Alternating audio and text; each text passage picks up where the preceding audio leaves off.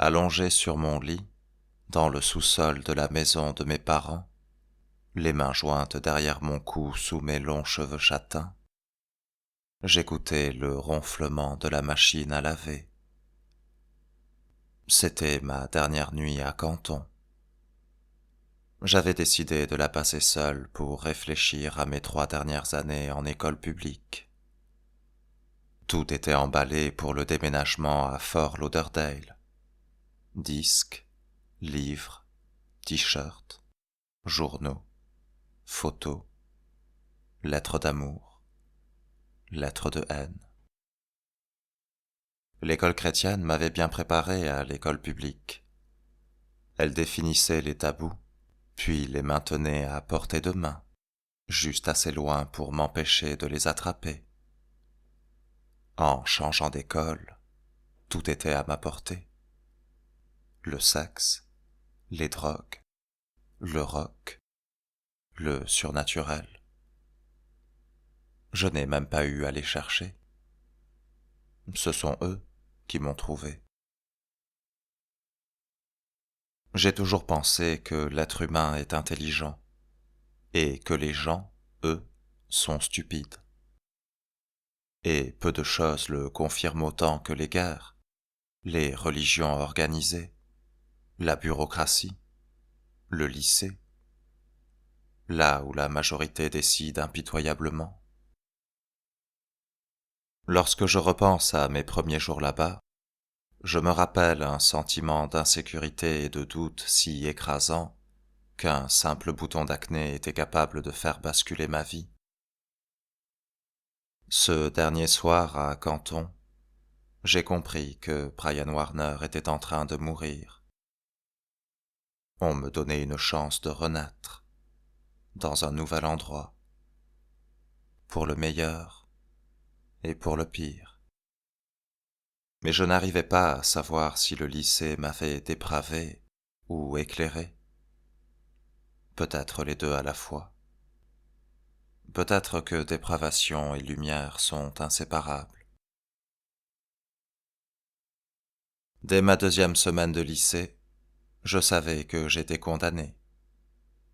Non seulement je commençais la première avec 2 mois de retard, alors que la plupart des groupes de copains s'étaient formés, mais après mon 8e jour de classe, j'ai fait une allergie à un antibiotique contre la grippe. Mes mains et mes pieds gonflaient comme des ballons. Des plaques rouges apparaissaient sur mon cou. J'avais du mal à respirer à cause d'une inflammation des poumons. Les médecins m'ont dit que j'aurais pu en mourir. À ce moment-là, à l'école, je m'étais fait une amie et une ennemie. L'amie s'appelait Jennifer. Elle était mignonne, malgré son visage allongé comme celui d'un poisson, et ses lèvres naturellement grosses, mais gonflées par un appareil orthodontique. Je l'avais rencontrée dans le bus, et elle est devenue ma première petite amie. Mon ennemi était John Crowell, l'exemple même du banlieusard décontracté. C'était un type gros et trapu, toujours épuisé, vêtu d'une veste en toile, d'un t-shirt d'Iron Maiden et d'un jean. Son entrejambe avait une couleur plus pâle, sans doute parce que son jean était trop serré. Lorsqu'il passait dans les couloirs, les autres mômes se montaient les uns sur les autres pour ne pas croiser son chemin. Il se trouvait également qu'il était l'ex-petit ami de Jennifer, ce qui m'avait propulsé en première position sur la liste de ceux à qui il avait envie de casser la figure. Au cours de ma première semaine d'hôpital, Jennifer est venue me voir presque tous les jours. Je l'ai persuadée d'aller dans la penderie. Il y faisait sombre, et elle ne pouvait donc pas voir mes plaques. Et je l'ai pelotée sans problème. Jusque-là, je n'avais jamais été très loin avec les filles. Il y avait eu Jill Tucker, une blonde, fille de pasteur, aux pauvres dents de travers.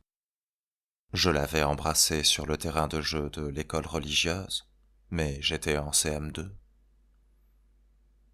3 ans plus tard, j'étais tombé fou amoureux de Michel Gill, une jolie fille aux doux cheveux châtains. Elle avait un petit nez plat et une bouche très large, qui a dû certainement tailler des pipes de très bonne qualité au lycée. Mais mes chances avec elle se sont évanouies pendant une marche organisée par l'école pour collecter des fonds, au cours de laquelle elle a essayé de m'apprendre à rouler des patins. Je n'en ai compris ni le but ni la technique, ce qui m'a valu de devenir la risée de toute l'école. Malgré mon manque total d'expérience, j'étais déterminé à perdre ma virginité dans ce placard, avec Jennifer. Or, j'avais beau essayer, elle m'a seulement laissé tripoter sa poitrine plate. La semaine suivante, elle en a eu marre et m'a jeté. À ce moment de ma vie, les hôpitaux et les expériences ratées avec les filles, la sexualité et mes parties génitales m'étaient totalement familiers. Lorsque j'avais 4 ans, ma mère m'avait emmené à l'hôpital pour faire agrandir mon urètre parce qu'il n'était pas assez large pour que je puisse pisser normalement. Je n'oublierai jamais cela. Le médecin a pris une longue mèche coupante très affilée et l'a plantée au bout de ma bite. Après ça, pendant des mois, j'ai eu l'impression de pisser des lames de rasoir. Mes années de primaire ont été gâchées par une pneumonie qui m'a obligé à faire 3 longs séjours à l'hôpital. En troisième, je me suis à nouveau retrouvé à l'hôpital. Ayant décidé de retourner sur la piste de skate après une longue absence, j'avais empeiné mes cheveux, enfilé ma boucle de ceinturon à l'effigie de Hello et passé une chemise boutonnée rose. Une fille avec un gros nez, des cheveux frisottés et un rimel bien épais m'a demandé de faire du skate avec elle. Je me souviens de son visage, mais son nom. À la fin, un grand noir avec des lunettes épaisses, connu dans le quartier sous le nom de Frog, s'est approché de nous. Il l'a poussé sur le côté et, sans dire un mot, m'a violemment balancé son poing dans la figure. Je me suis écroulé, et il m'a regardé de haut et a craché « C'est ma petite amie !» Étourdi, je suis resté assis là, la bouche en sang, les dents de devant suspendues au filet rouge me barrant les gencives. Je n'aimais même pas cette fille, et elle a failli me coûter ma carrière de chanteur. Aux urgences, ils m'ont dit que les dégâts étaient définitifs. Encore aujourd'hui, je souffre toujours d'un syndrome algo-dysfonctionnel de l'axe temporomandibulaire, un trouble qui provoque des maux de tête et rend la mâchoire raide et douloureuse. Le stress et les drogues n'arrangent pas l'affaire. Je ne sais pas trop comment, mais Frog s'est procuré mon numéro de téléphone. Il m'a appelé le lendemain pour s'excuser et savoir si je voulais m'entraîner avec lui. J'ai décliné l'offre.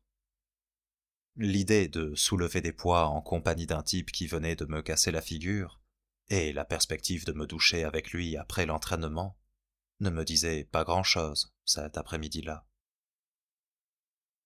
Jennifer a été à l'origine de mon passage suivant aux urgences. J'étais retourné à l'école après avoir passé 2 semaines à l'hôpital. Je traînais dans les couloirs, seul et humilié. Personne ne veut être copain avec un type bizarre aux cheveux longs couleur écureuil, le cou recouvert de plaques sortant de son sweat Judas Priest, le tout agrémenté de très longs lobes d'oreilles qui pendaient de manière visible sous mes cheveux, comme des testicules mal placés. Mais un matin, alors que je sortais de la salle de classe, John Crowell m'a arrêté. Il se trouvait que nous avions quelque chose en commun, notre haine de Jennifer. Nous avons donc décidé de nous associer contre elle, et avons commencé à discuter des différentes façons de la persécuter.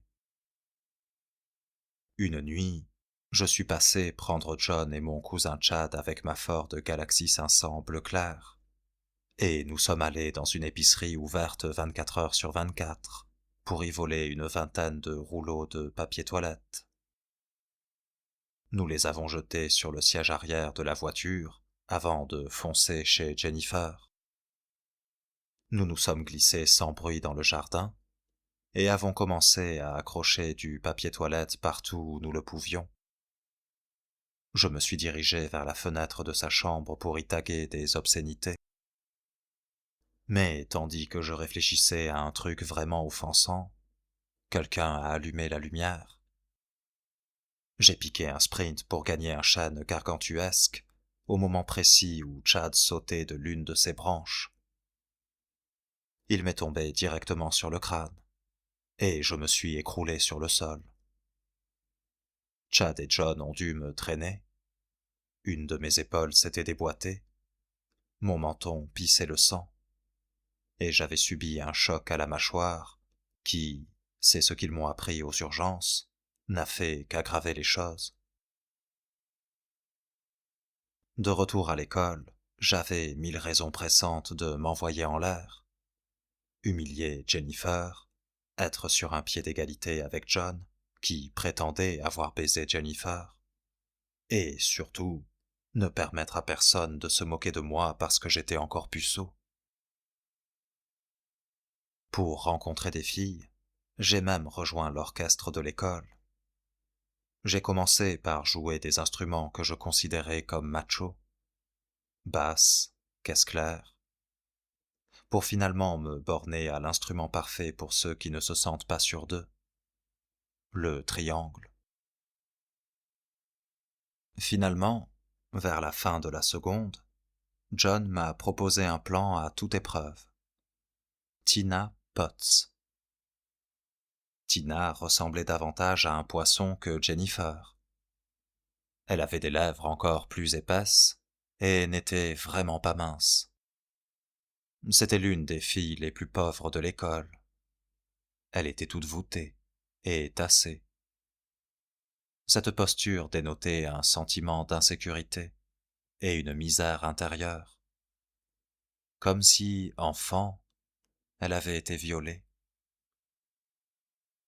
Les seules choses qui jouaient en sa faveur étaient ses gros nichons, ses jeans serrés moulant son cul de vache, et, selon John, le fait qu'elle baisait, ce qui était grandement suffisant pour moi. Du coup, je me suis mis à parler avec Tina. Mais, comme j'étais désespérément obsédé par mon standing, je ne lui parlais qu'après l'école, lorsque nous pouvions être seuls. Au bout de quelques semaines, j'ai pris mon courage à deux mains, et je suis allé lui demander de me rejoindre dans le parc. Chad et moi, nous nous sommes rendus chez mes grands-parents pour y voler une des capotes sans nom et délabrées que contenait l'armoire de la cave. Dans la foulée, nous avons vidé dans mon thermos-kiss la moitié d'une bouteille de Jim Beam trouvée dans le placard de grand-mère. Je savais que je n'avais pas besoin de saouler Tina, mais plutôt moi. Le temps qu'on arrive chez Tina, ce qui nous a pris environ une demi-heure, le thermos était vide. J'étais pratiquement bourré. Chad est rentré chez lui, et j'ai sonné à la porte. Nous avons marché ensemble jusqu'au parc, puis nous nous sommes assis à flanc de colline. On a très vite commencé à se peloter, et en moins de quelques minutes, j'avais ma main dans sa culotte. La première pensée qui m'a traversé l'esprit, c'est qu'elle était très poilue. Peut-être n'avait-elle pas de mère pour lui apprendre à se raser le maillot. Ma seconde pensée, tandis que je lui branlais la chatte et lui titillais les nichons, a été que j'étais sur le point de tout lâcher dans mon pantalon. parce que je n'étais pas loin de me la faire. Pour éviter de tout gâcher, je lui ai proposé de faire un tour dans le parc. Nous sommes allés jusqu'au terrain de baseball, et sous un arbre juste derrière la base de départ. Je l'ai fait glisser sur le sol sans prêter attention à l'endroit où nous étions. Je me suis débattu avec son étroit pantalon, et j'ai fini par l'arracher. Ensuite, j'ai baissé mon pantalon sur les genoux, avant de déchirer l'emballage flétri contenant le caoutchouc croûteux de grand-père, tel un cadeau de pochette surprise. Je me suis placé entre ses jambes, et j'ai commencé à me glisser en elle. La simple émotion de la pénétrer m'a fait décharger. Afin de préserver le peu de dignité qui me restait, je lui ai affirmé que je n'avais pas eu d'éjaculation précoce. « Tina !» ai-je glapi. « Nous ne devrions pas faire ça. C'est trop tôt. » Elle n'a pas protesté. Elle a renfilé son pantalon, sans dire un mot. Sur le chemin du retour, je n'ai cessé de renifler ma main, qui semblait devoir être marquée à vie par l'odeur de chatte d'une lycéenne. Dans sa tête, nous n'avions pas baisé. Mais pour moi et mes copains, je n'étais plus un garçon désespéré. J'étais un homme désespéré. Je n'ai pas beaucoup parlé à Tina après cette histoire. Mais bientôt je me suis rendu la monnaie de ma pièce, grâce à la courtoisie de la fille la plus riche et la plus populaire de l'école, Mary Beth Kroger. Après l'avoir matée de manière éhontée pendant 3 ans, j'ai rassemblé mes forces, et je lui ai demandé de m'accompagner à une fête de terminale. À ma grande surprise, elle a accepté. La soirée s'est finie chez moi, à boire de la bière. Assis à côté d'elle, j'étais mal à l'aise, trop paniqué pour faire le moindre geste. Elle avait l'air tellement coincée. Mais l'image idéalisée que j'avais de Mary Beth Kroger s'est désintégrée aussitôt qu'elle a arraché ses vêtements, avant de me sauter dessus. En se foutant complètement d'utiliser une capote, elle m'a baisé comme une nymphe monte un étalon.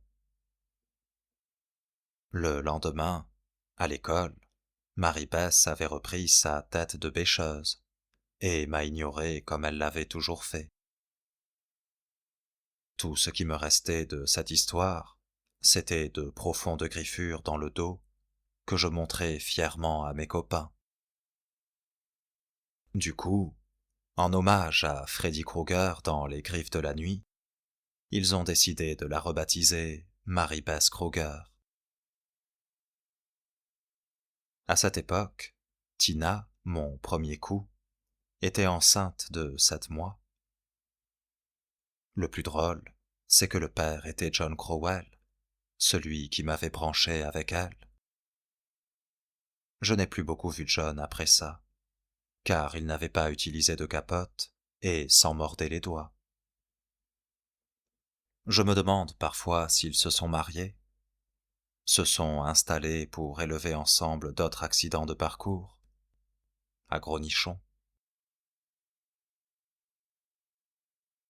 Tina ayant ouvert les vannes, je me suis déchaîné.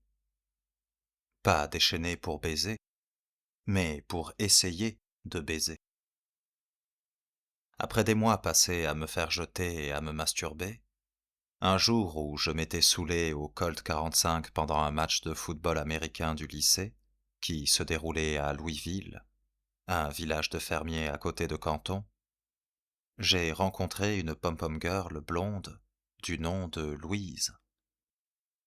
Je ne l'ai pas compris tout de suite, mais c'était la Tina Potts de Louisville, la salope locale. Elle avait des lèvres épaisses, un gros nez épaté, des yeux aguichants, une espèce de mélange entre une mulâtre et Susanna Hoff des Bangles. Elle avait également un côté Shirley Temple, petite avec des cheveux bouclés, à la différence près qu'elle semblait plus apte à faire des branlettes que des claquettes.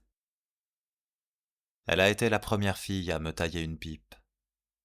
Malheureusement, ce n'est pas la seule chose qu'elle m'a fait découvrir.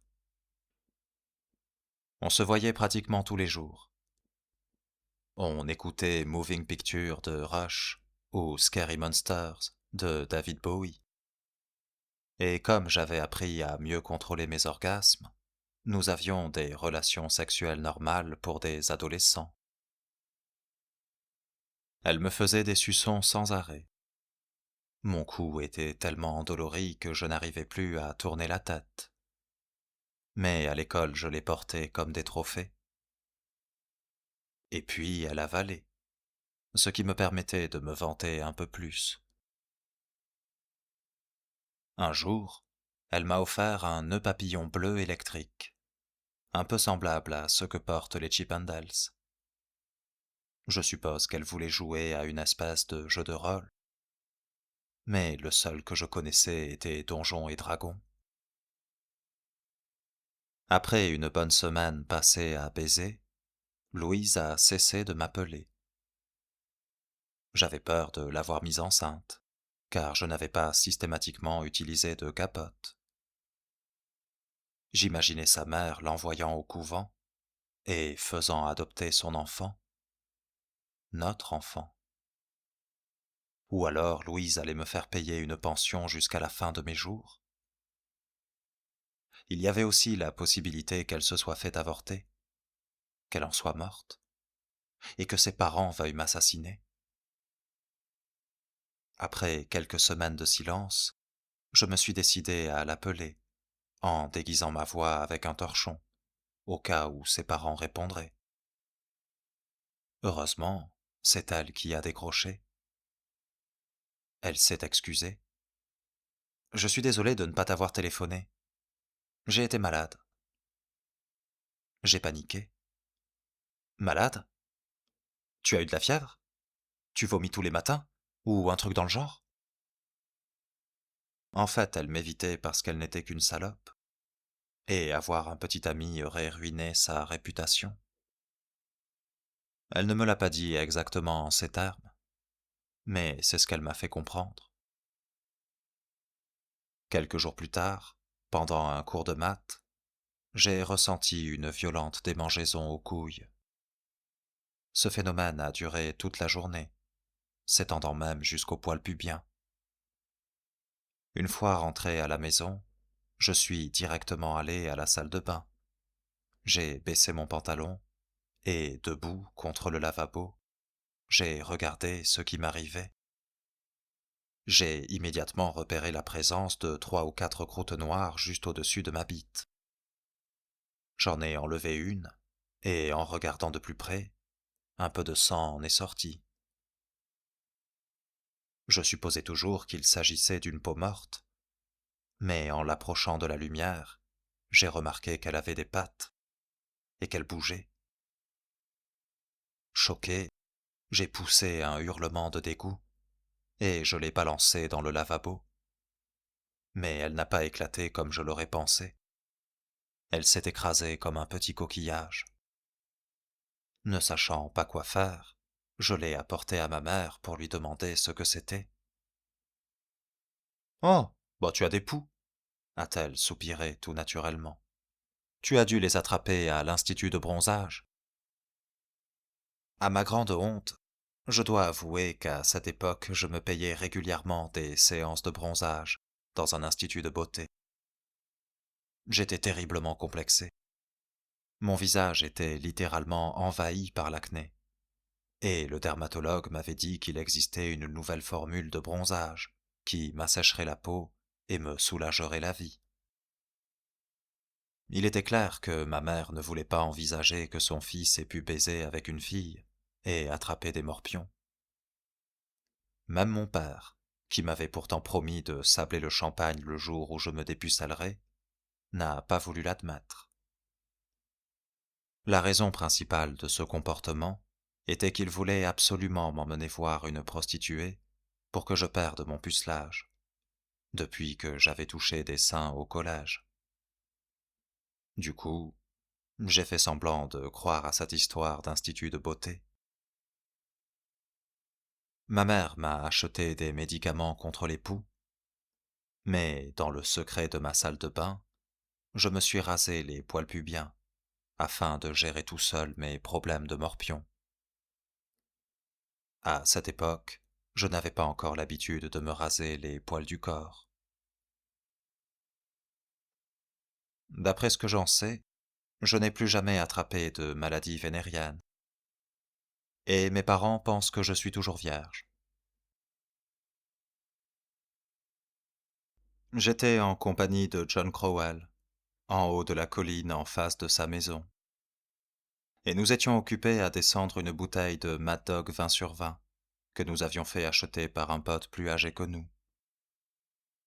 Nous étions là depuis au moins 1 heure, défoncés, laissant traîner nos regards autour de nous sur les champs endormis, le ciel meurtri, enflé par la pluie menaçante. Un peu éméchés, et contents de nous, nous étions tombés dans un état d'ahurissement total, lorsque soudain, les gravillons ont jailli dans tous les sens. Dans un nuage de poussière, une GTO verte a viré imprudemment dans l'allée, et s'est arrêtée en dérapant. La portière s'est lentement ouverte. Une botte noire a touché le sol. Une grosse tête est apparue au-dessus de la portière, un énorme crâne recouvert d'une peau bien tendue. Les cheveux étaient bouclés et ébouriffés. Les yeux, profondément enfoncés dans les orbites, brillaient comme des têtes d'épingle au centre de 2 cercles sombres. Tandis qu'il s'éloignait, j'ai remarqué que, comme Richard Ramirez, le désaxé nocturne, ses mains, ses pieds et son torse étaient disproportionnés et très longs.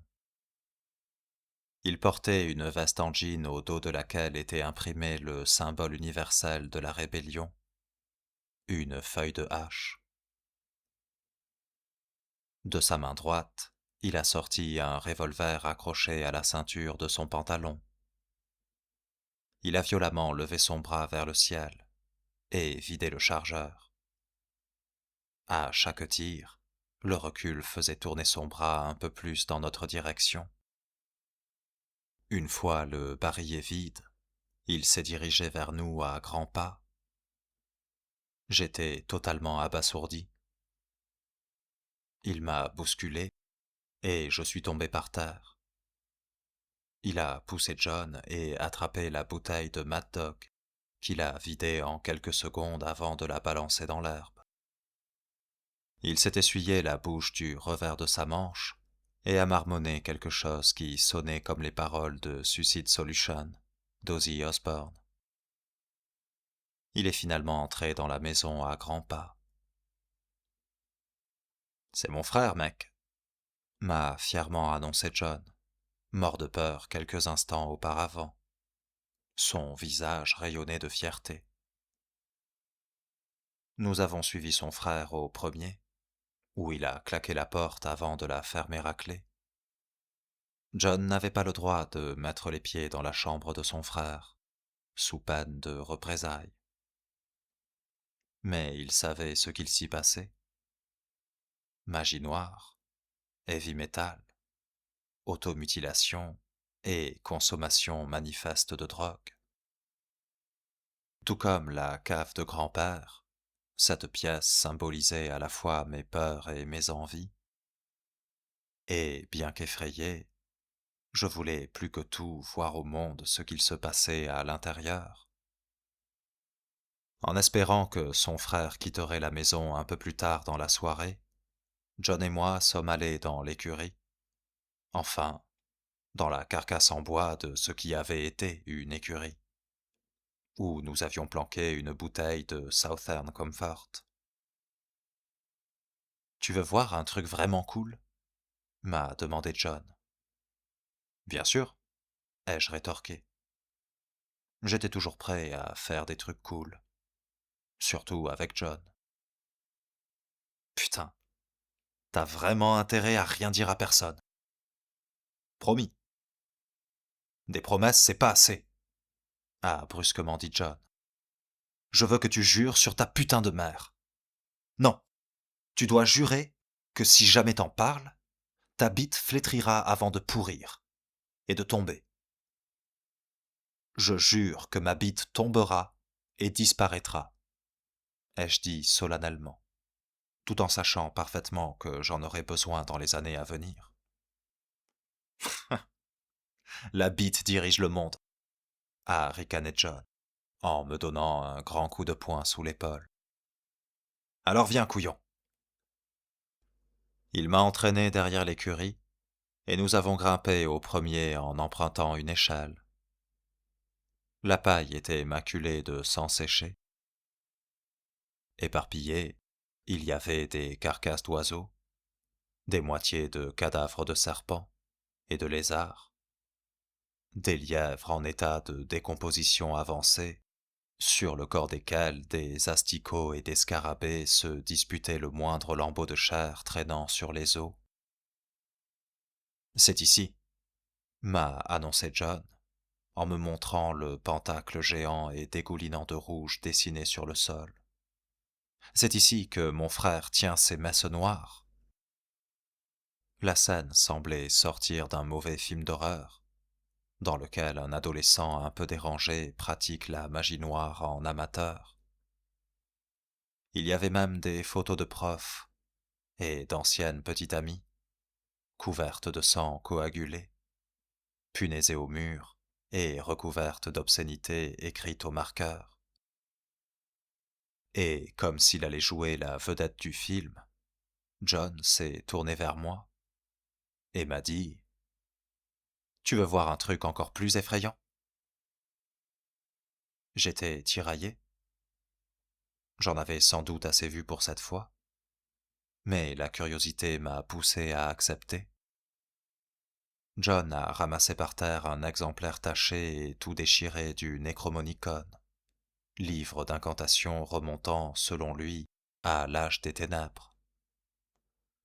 Nous sommes retournés à la maison, où John a rempli un sac à dos de lampes électriques, de couteaux de chasse, de casse-croûtes et de babioles qui, selon lui, avaient des pouvoirs magiques. Il m'a dit que nous allions là où son frère avait vendu son âme au diable. Pour y arriver, nous avons dû traverser un égout qui partait de la maison de John et passer sous un cimetière. Sans apercevoir ni l'entrée ni la sortie, nous avons marché, courbés dans une eau boueuse infestée de rats, en ayant conscience à chaque instant que dans cette boue qui enveloppait la canalisation, il y avait des cadavres. Je ne pense pas avoir eu de ma vie aussi peur du surnaturel. À mi-parcours de notre odyssée d'un bon kilomètre, l'écho amplifiait le moindre petit bruit qui devenait énorme et menaçant. Je croyais entendre des squelettes qui cognaient contre le conduit, des créatures encore vivantes essayant de percer le métal, prêtes à m'attraper et à m'enterrer vivant. Lorsque nous avons finalement atteint l'autre côté, nous étions couverts de la tête aux pieds d'une pellicule d'eau usée, de toiles d'araignée et de boue. Nous étions dans une forêt sombre au milieu de nulle part. Après encore 1 kilomètre dans la végétation sauvage, une énorme maison a surgi devant nos yeux. Elle était envahie par les mauvaises herbes, comme si la forêt essayait de reprendre ce qui lui appartenait. La moindre parcelle visible de béton était recouverte de pentacles, de croix renversées, de phrases sataniques, de logos de groupes heavy metal, et de mots et expressions comme PD ou nique ta mère. Nous avons dégagé les plantes grimpantes et les feuilles mortes qui recouvraient une fenêtre ouverte, avant de grimper à l'intérieur pour fouiller la pièce à la lumière de nos lampes électriques. Il y avait des rats, des toiles d'araignée, du verre brisé et de vieilles canettes de bière. Dans un coin, les braises d'un feu mourant nous indiquaient que quelqu'un était récemment venu ici. Je me suis retourné. John avait disparu. Angoissé, je l'ai appelé. Là-haut, a-t-il hurlé du haut des escaliers. Vise un peu. Je paniquai, mais je l'ai quand même rejoint en haut, par l'embrasure de la porte encombrée. La pièce semblait habitée.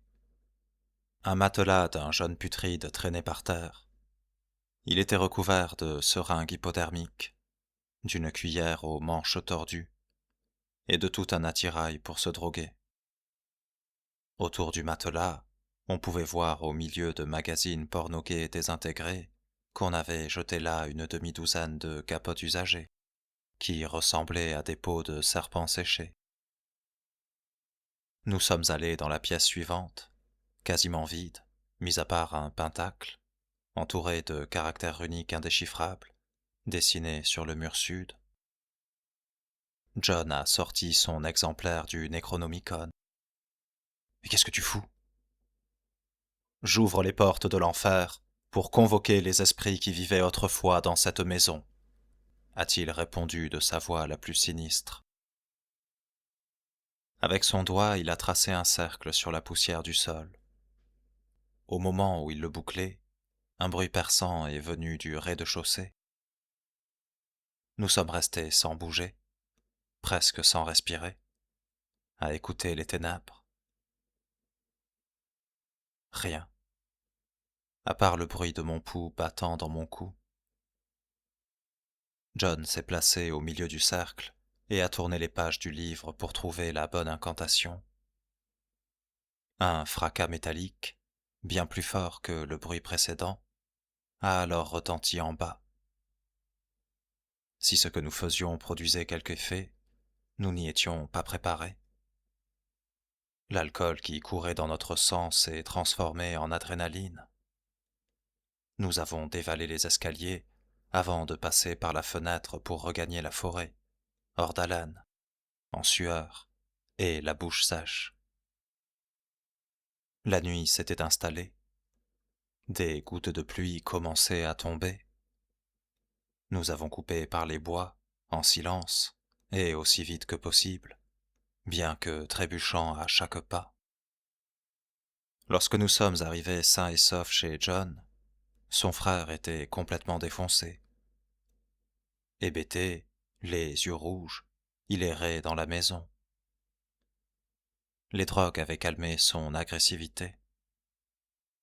Il semblait presque serein, ce qui n'était pas plus rassurant que lorsqu'il piquait sa crise. Il tenait dans les bras une chatte d'un blanc immaculé, et il n'arrêtait pas de la caresser. « Ce chat est son démon familier », m'a murmuré John. « Son démon familier ?»« Ouais, c'est comme un démon qui a pris l'apparence d'un chat. Il l'aide lorsqu'il fait de la magie. » Instantanément, cette chatte blanche et innocente s'est transformée dans ma tête en une créature dangereuse et malveillante. Le frère de John l'a posée sur le sol, et elle est restée assise, les oreilles en arrière, ses yeux verts braqués sur moi. Elle m'a montré les dents, et a commencé à siffler. « Mec, cette chatte va te tuer !» m'a dit John pour me faire encore plus peur. « Elle viendra dans ton sommeil te griffer les yeux, et d'un coup de dent, elle t'arrachera la langue avant que t'aies le temps de crier. » Son frère nous a examinés tous les deux de la tête aux pieds, puis a jeté un regard au chat, avant de tranquillement nous proposer de le suivre en haut. Et finalement, c'était mieux comme ça. Pas besoin de faire les choses en douce ou de jouer au détective. Nous étions autorisés à pénétrer dans la chambre interdite.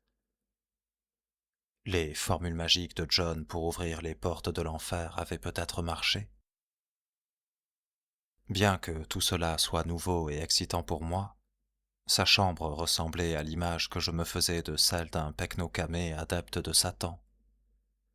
Il y avait une lumière noire braquée sur un poster de la grande faucheuse sur un cheval, une demi-douzaine de photos d'Ozzy Osbourne, et des bougies rouges partout. Au fond de la pièce, il y avait un petit autel drapé de velours noir, également entouré de bougies allumées. Mais au-dessus, à la place d'un crâne, d'un pentacle ou d'un lièvre sacrifié, il y avait un grand cylindre en verre, dont le contenu jaunâtre ressemblait à de l'urine. Le revolver était posé sur la table, à côté du lit. « Tu veux fumer ?» m'a demandé le frère de John, en soulevant le cylindre posé sur l'autel. « Fumer quoi ?» ai-je stupidement répondu. Je n'avais jamais touché à une pipe à eau, ni fumé d'herbe de ma vie. « De l'herbe qui rend fou !» m'a dit John avec un sourire diabolique. « Non merci, mec.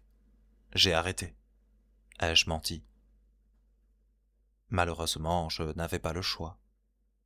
J'ai vite compris que John et son frère m'auraient passé à tabac si je n'avais pas fumé leur drogue. Le frère de John a allumé la pipe à eau, qui était déjà remplie de feuilles brunes pilées, et a tiré une bouffée herculéenne, remplissant, en exhalant, la pièce d'une fumée douceâtre. J'ai toussé, craché en tirant mes premières bouffées. L'effet ne s'est pas fait attendre. Mélangé avec le Mad Dog 20/20, le Southern Comfort, la bouteille de vin qui circulait et Blizzard of Oz qui passait sur la chaîne, ça m'a fait tourner la tête. Le fait que personne ne m'aimait à l'école a commencé à me sortir de l'esprit. Étourdi, présent et absent, je restais assis là tandis que le frère de John commençait à divaguer. Son visage agité de tic était tout rouge. Il invoquait des douzaines d'esprits et de démons ancestraux, à qui il ordonnait de tuer un certain nombre de gens. Des profs qui l'avaient recalé, des petits amis qui l'avaient largué, des amis qui l'avaient trompé, des parents qui l'avaient maltraité, des patrons qui l'avaient viré. Pratiquement tous ceux ayant croisé son chemin depuis qu'il était assez grand pour savoir ce qu'était la haine. Ensuite, le frère de John a sorti un couteau à cran d'arrêt de sa poche, s'est entaillé toute la surface du pouce et l'a laissé goûter dans un petit bol rempli d'une poudre croûteuse tachetée de brun. « Angaru le mauvais !» a-t-il commencé à psalmodier. « Ningizida, je t'invoque, toi le serpent des profondeurs. Je t'invoque, Ningizida, toi le serpent cornu des profondeurs. Je t'invoque, toi le serpent à plumes des profondeurs. Ningizida !» Il s'est arrêté pour tirer sur la pipe, puis a frotté la poudre ensanglantée contre ses lèvres, sans vraiment se soucier de notre présence. « Je te convoque, créature de l'ombre, par les œuvres de l'ombre. Je te convoque, créature de la haine, par les œuvres de la haine. Je te convoque, créature des déchets, par les rites du déchet. Je te convoque, créature de la douleur, par les paroles de la douleur. » Si le H m'était dans des états pareils, cela ne m'intéressait pas. J'avais les yeux fixés sur le revolver, en espérant que le frère de John ne l'attrape pas. Et en même temps, j'essayais de ne pas lui montrer que je fixais le revolver, parce que je ne voulais pas qu'il y prête attention. Il était visiblement fêlé, et s'il n'avait pas déjà tué quelqu'un, il n'y avait aucune raison pour qu'il ne le fasse pas avant le lever du soleil. Les minutes et les heures se sont écoulées. La pipe continuait à tourner, mais l'eau à l'intérieur avait été remplacée par du Southern Comfort, histoire de nous bousiller un peu plus. Black Sabbath jouait paranoïde sur la chaîne, ou dans ma tête. Le chat me sifflait après. La pièce tournait. Le frère de John me mettait au défi d'aspirer le Southern Comfort contenu dans la pipe, et John scandait « cul sec ». En minable invertébré que j'étais, j'ai approché la pipe de mes lèvres desséchées par le H. J'ai retenu mon souffle, et j'ai vidé ce qui a peut-être été le coup le plus infect jamais concocté. Et puis, je ne sais pas ce qui s'est passé. Je suppose simplement que je suis tombé dans les pommes, et que je suis devenu le terrain idéal des sévices subtils et variés des frères Crowell. J'ai été réveillé par un sifflement à 5 heures de l'après-midi. Le chat me surveillait toujours. Et puis j'ai vomi, et vomi, et encore. Mais tandis que je me tordais à genoux au-dessus des toilettes, j'ai réalisé que j'avais appris quelque chose la nuit précédente. Je pouvais utiliser la magie noire pour changer la modeste vie que je menais. J'ai également appris que je n'aimais ni fumer de l'herbe, ni le goût de l'eau à pipe. La première fois que j'ai compris que quelque chose n'allait pas dans notre famille, j'avais 6 ans. Mon père m'avait rapporté un livre qui parlait d'une girafe. Ce livre avait été personnalisé, et du coup, j'étais l'un des personnages de l'histoire, et je partageais donc les aventures de l'animal. Le seul problème était que mon nom avait été orthographié brain, cerveau, dans tout le livre, ce qui suscitait l'image curieuse d'une girafe chevauchée par un cerveau. Je ne pense pas que mon père se soit jamais rendu compte de cette erreur. C'était symbolique de la manière dont il s'était toujours occupé de moi, ou plutôt dont il ne s'était jamais occupé de moi. J'étais le cadet de ses soucis. Ses marques d'attention consistaient à plier une ceinture en deux et à la faire bruyamment claquer sur mon postérieur. Quand il rentrait du travail et que je traînais dans ses pieds, il trouvait toujours une excuse, la pelouse à tondre ou le lave-vaisselle à vider, pour m'engueuler. J'ai donc appris très vite à paraître toujours sérieux et occupé lorsqu'il rentrait. Ma mère mettait ses violents accès de colère sur le compte des séquelles d'un stress post-traumatique dû à la guerre du Vietnam, ce qui expliquait qu'il se réveillait au milieu de la nuit en hurlant et en cognant sur tout ce qui lui tombait sous la main. Adolescent, quand je ramenais des copains à la maison, il leur demandait à chaque fois « As-tu déjà sucé une bite plus douce que la mienne ?» C'était une question piège. Qu'ils répondent oui ou non, ils finissaient toujours avec sa bite dans leur bouche, au moins de façon allégorique. De temps en temps, mon père me promettait de m'emmener me promener, mais le plus souvent il avait un travail urgent à régler à la dernière minute. Nous n'avons fait des choses ensemble qu'en de très rares occasions. En général, il m'emmenait sur sa moto dans une mine à ciel ouvert près de la maison, où il m'apprenait à tirer avec un fusil qu'il avait récupéré sur le cadavre d'un soldat Viet Cong. J'ai hérité du don de viser de mon père, ce qui m'a bien servi pour tirer sur les animaux avec une carabine à air comprimé, ou pour lancer des pierres sur les flics. J'ai également hérité de son mauvais caractère. Je me mets facilement en rogne. D'une ambition à toute épreuve que seuls des balles ou des gros bras peuvent arrêter. D'un sens de l'humour acéré. D'un appétit insatiable pour les tétons.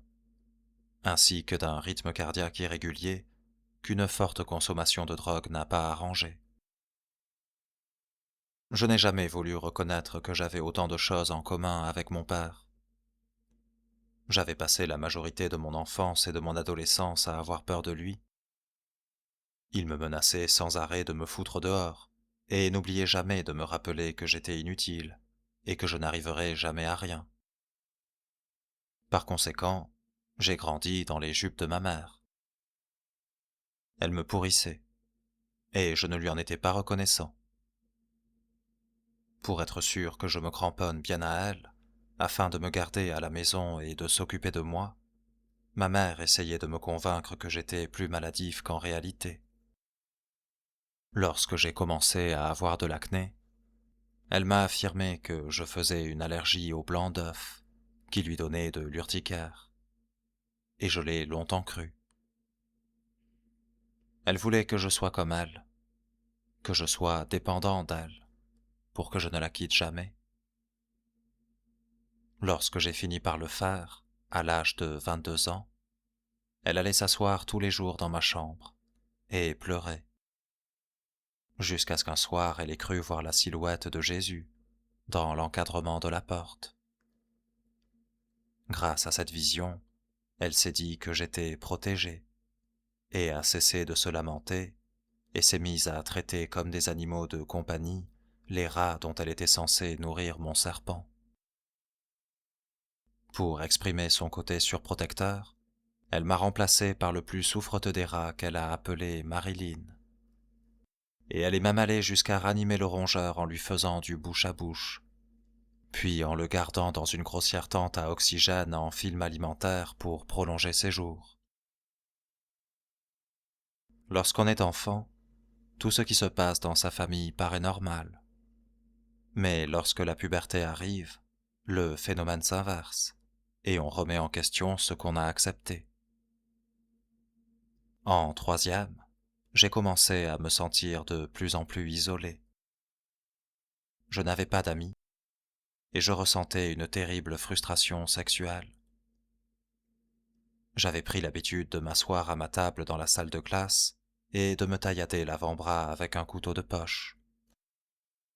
J'ai encore des dizaines de cicatrices sous mes tatouages. La plupart du temps, je me fichais totalement d'être bon à l'école.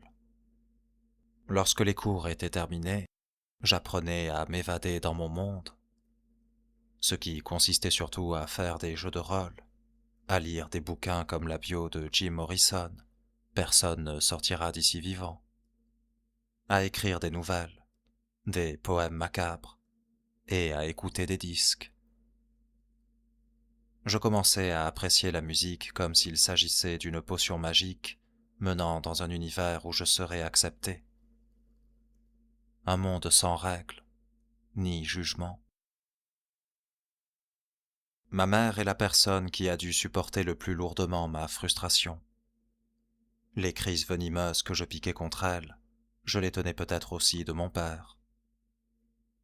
Mes parents n'arrêtaient pas de s'engueuler parce que mon père l'accusait de le tromper avec un ex-flic, devenu détective privé. Mon père avait toujours été d'un caractère soupçonneux, et n'est jamais arrivé à se débarrasser d'une jalousie maladive, même vis-à-vis de Dick Reed, le premier petit ami de ma mère, un type efflanqué dont mon père avait botté le cul le jour où il avait rencontré ma mère, à l'âge de 15 ans. Une de leurs plus violentes engueulades a eu lieu lorsque, en fouillant dans son sac à main, mon père a sorti un gant de toilette roulé en boule et lui a demandé des explications. Je n'ai jamais compris ce que cet objet avait de louche. S'il venait d'un hôtel inconnu ou avait été utilisé pour nettoyer du sperme. Je me souviens avoir vu le détective en question à la maison à plusieurs reprises. Il avait des armes à feu et des numéros de Soldier of Fortune, ce qui m'impressionnait beaucoup, car je pensais à l'époque faire carrière dans l'espionnage. La haine et la colère étant contagieuses, je commençais à en vouloir à ma mère, parce que je pensais qu'elle voulait briser son couple. Je m'asseyais sur mon lit et pleurais en pensant à ce qui se passerait si mes parents se séparaient. J'avais peur d'être obligé de choisir entre les deux, et comme mon père me terrifiait, de finir par suivre ma mère, pour vivre chichement avec elle. Dans ma chambre, au milieu des posters de Kiss, des caricatures et des albums de rock, Je possédais une collection de flacons d'eau de Cologne Avon que ma grand-mère m'avait offerte. Elles avaient toutes la même forme d'une voiture, et je crois bien que c'est une Excalibur qui a envoyé ma mère à l'hôpital un soir. Elle était rentrée tard, et ne voulait pas me dire d'où elle venait. Je sentais qu'elle me mentait. Alors j'ai explosé, héritage du caractère impulsif de mon père. Je lui ai lancé la bouteille au visage, lui entaillant la lèvre. Le parfum bon marché s'est répandu sur le sol, au milieu des éclats de verre bleu. Elle a toujours une cicatrice, comme une mise en garde permanente de ne pas avoir d'autre enfant. Au cours de l'engueulade qui a suivi, je l'ai frappée, lui ai craché dessus et essayé de l'étrangler. Elle s'est contentée de pleurer, et je n'ai jamais eu le moindre remords.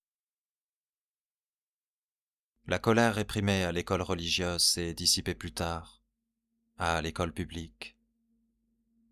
Ma mère acceptait de me faire un mot d'absence si, par exemple, je n'arrivais pas à me peigner bien à plat.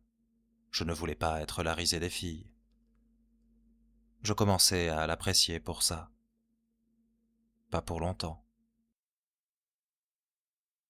Allongé sur mon lit, cette dernière nuit à Canton, j'ai haï mes parents comme jamais. Je commençais à me faire à la vie à Canton, et il fallait maintenant que j'aille vivre dans la banlieue bien clean de Fort Lauderdale, parce que mon père y avait trouvé un nouveau boulot chiant de vendeur de meubles.